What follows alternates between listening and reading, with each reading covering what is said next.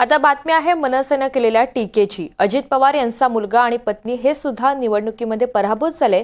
जे यश मिळालं ते भाजपचा पदर पकडला म्हणून मिळालं, अशी टीका संदीप देशपांडे यांनी केली। मनसेच्या पराभवावर अजितदादांनी टीका केल्यानंतर त्यावर मनसे नेते संदीप देशपांडे यांनी प्रत्युत्तर दिलंय।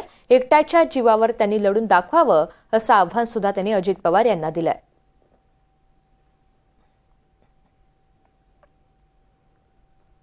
आम्हाला ज्यावेळेस लोकसभेच्या निवडणुकीमध्ये 17 जागा मिळाल्या, 31 जागा मिळाल्या नाही, त्यावेळेस आम्ही रडत बसलो नाही।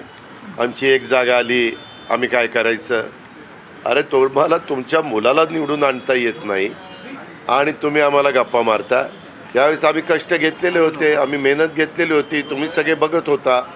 मागेही मला एका लोकसभेच्या निवडणुकीला माझ्या मुलाला निवडून नाही आणता आलं, दुसऱ्या निवडणुकीत माझ्या पत्नीला निवडून नाही आणता आलं।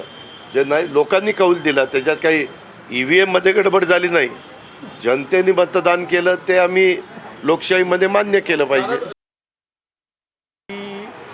पवार साहेबांचाही मुलगा निवडून आला नव्हता, पवार साहेबांच्या पत्नीसुद्धा निवडून आल्या नव्हत्या, पण आम्ही जी काय निवडणूक लढवली आणि जी काय आम्हाला मतं मिळाली ती सन्माननीय राजसाहेब ठाकरेंच्या जीवावर मिळाली, आमच्या पक्षाच्या जीवावर मिळाली। भाजपचा पदर पकडला किंवा मोदी साहेबांचं नाव घेतलं म्हणून आम्हाला मिळालेली मतं नाही आहेत। आणि अजित पवारांना जी मतं मिळाली आहेत ती भाजपबरोबर जी लग्नगाठ बांधली त्यामुळे मतं मिळाली आहेत। स्वतः अजित पवारांनी एकदा उभं राहावं स्वतःच्या जीवावर आणि मग या सगळ्या वल्गना कराव्या।